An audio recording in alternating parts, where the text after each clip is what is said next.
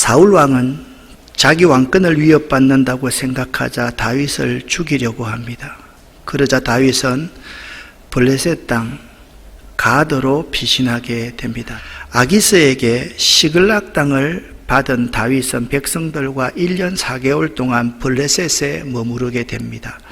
다윗은 시글락에 머물며 오랫동안 이스라엘의 원수였던 그술 사람과 기르스 사람, 아말렉 사람을 치고 얻은 전리품을 블레셋 왕 아기스에게 바칩니다. 이때 아기스가 침략지를 물었을 때 다윗은 이렇게 대답합니다. 이스라엘을 공격한 것이라고 거짓말을 합니다. 이때 블레셋은요, 이스라엘을 치기로 결정을 하고 유다의 왕이 될 다윗은 꼼짝없이 이 전쟁에 용병으로 참여하지 않을 수 없게 되었습니다. 다윗에게 큰 위기가 왔습니다. 다윗은요, 블레셋 방백들에게 불신을 당했습니다. 그래서 시글락으로 돌아오게 되었지요. 그런데 시글락으로 돌아오는 다윗의 발걸음은 매우 가벼웠을 것입니다. 다윗 일생일대의 가장 큰 실수 가운데 하나였습니다. 잘못된 인간적인 판단으로 다윗이 유다를 버리고 적국인 블레셋 땅으로 들어오게 된 것입니다. 블레셋이 어떤 나라입니까? 이스라엘과 원수의 나라 아닙니까? 그런데 다윗은 살려고요, 블레셋 나라에 들어갔습니다. 블레셋에 숨어서 아기스 왕으로부터 인정받으며 살았습니다. 이때의 다윗은 일시적으로 위기를 모면했으며 편안했을 것입니다.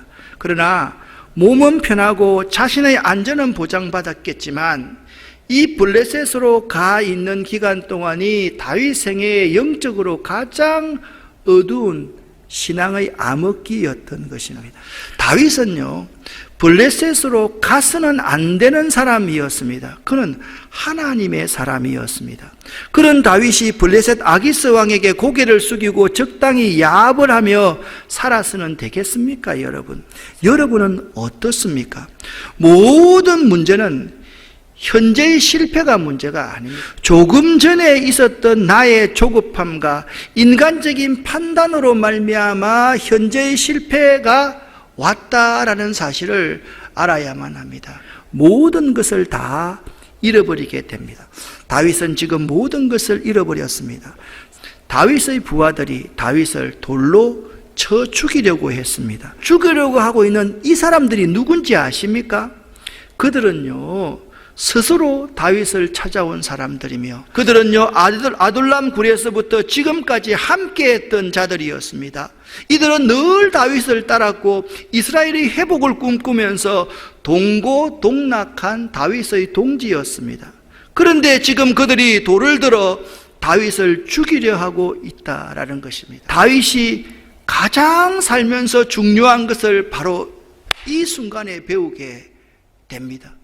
다윗은요, 모든 것을 다 잃은 그 순간에 깨닫게 됩니다. 그렇지, 먼저 하나님을 찾아야만 하는 건데, 먼저 기도하고 먼저 물어야 하는 건데, 이렇게 자기 손에 남은 것이 아무것도 없으니까 그 대신 다윗에게 채워지는 것이 있었습니다. 무엇입니까? 하나님이 주시는 깨끗한 믿음, 새로이 용솟음치는 용기가 다윗에게 채워지기 시작했습니다. 그리고 하나님의 응답이 다윗에게 있음을 오늘 성경은 우리에게 말씀하고 있습니다. 하나님께서는 조급하게 인간적으로 판단하고 블레셋으로 들어온 다윗을 책망하지 아니하시고 응답하시며 이렇게 8절에 확신을 주십니다. 그 확신되는 구절이 원어에 보면 반드시라는 단어와 틀림없이라는 단어입니다. 우리 하나님은 이렇게 참 좋으신 분이십니다. 아멘. 그리고 우리들이 인생을 살면서 가장 중요한 것을 깨닫고 배울 때까지 끝까지 기다려주시는 하나님이십니다. 아멘. 다윗이 이제 그 깨달음을 삶에서 이렇게 실천합니다. 먼저 다윗은 블레셋 사람들을 추격을 합니다. 다윗은요, 아말렉 족속을 추격하는 시급한 길 가운데 고난에 처해 있는 이집트 사람을 살려줍니다. 다윗은 그에게 먹을 것을 주었고 그가 어디 사람인가에 관심 있게 물어보았습니다. 그리고 그 결과 다윗은 아말렉 족속을 추적하는 데 결정적인 단서를 그에게서 찾게 되고 아주 확실한 도움을 받게 되었습니다. 다윗은 이스라엘의 형제 자매도 아닌 죽어가는 한 이집트의 노예의 생명을 어떠한 계산도 집어넣지 않고 살려주었습니다.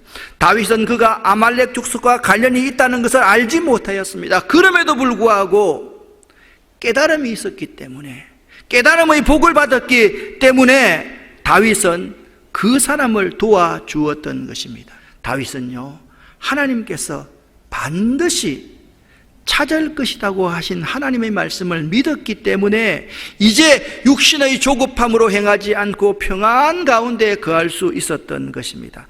다윗은 다시 주님과 동행하기 시작하였기 때문에 나와 아무런 상관이 없는 죽어가는 사람에게 긍휼을 베풀 수가 있었던 것입니다. 그 결과 다윗은 아무것도 아닌 것 같고 그냥 죽어가고 있는, 지나쳐갈 수도 있는 모르는 사람, 바로 그 사람을 도와주었기 때문에, 하나님의 마음으로 그를 섬겼기 때문에 모든 것을 회복하는 결정적인 도움을 얻게 된 것입니다. 다윗은요, 모든 것을 도로 찾을 수 있었습니다. 다윗은 모든 것을 되찾아서 돌아옵니다. 그런데 전쟁에 참가한 400명은 참가하지 못한 200명에게 전리품을 나누어 줄 수 없다라고 주장하기 시작합니다. 그런데 다윗은 분명하게 23절에 선언합니다. 내 형제들이여, 그렇게 하면 안 됩니다. 여호와께서 우리를 도우셔서, 여호와께서 우리를 도우셔서, 하나님이 도와주셔서 원수들을 물리쳐 이길 수 있었는데 그렇게 하면 되겠소? 라고 다윗이 이야기를 합니다. 그리고 24절에 이렇게 말합니다.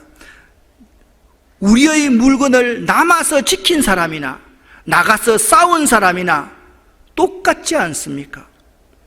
누가 싸운 사람만 받아야 되고 이곳에서 우리의 물건을 지킨 사람들, 그런 사람은 받지 못한다고 말씀하십니까?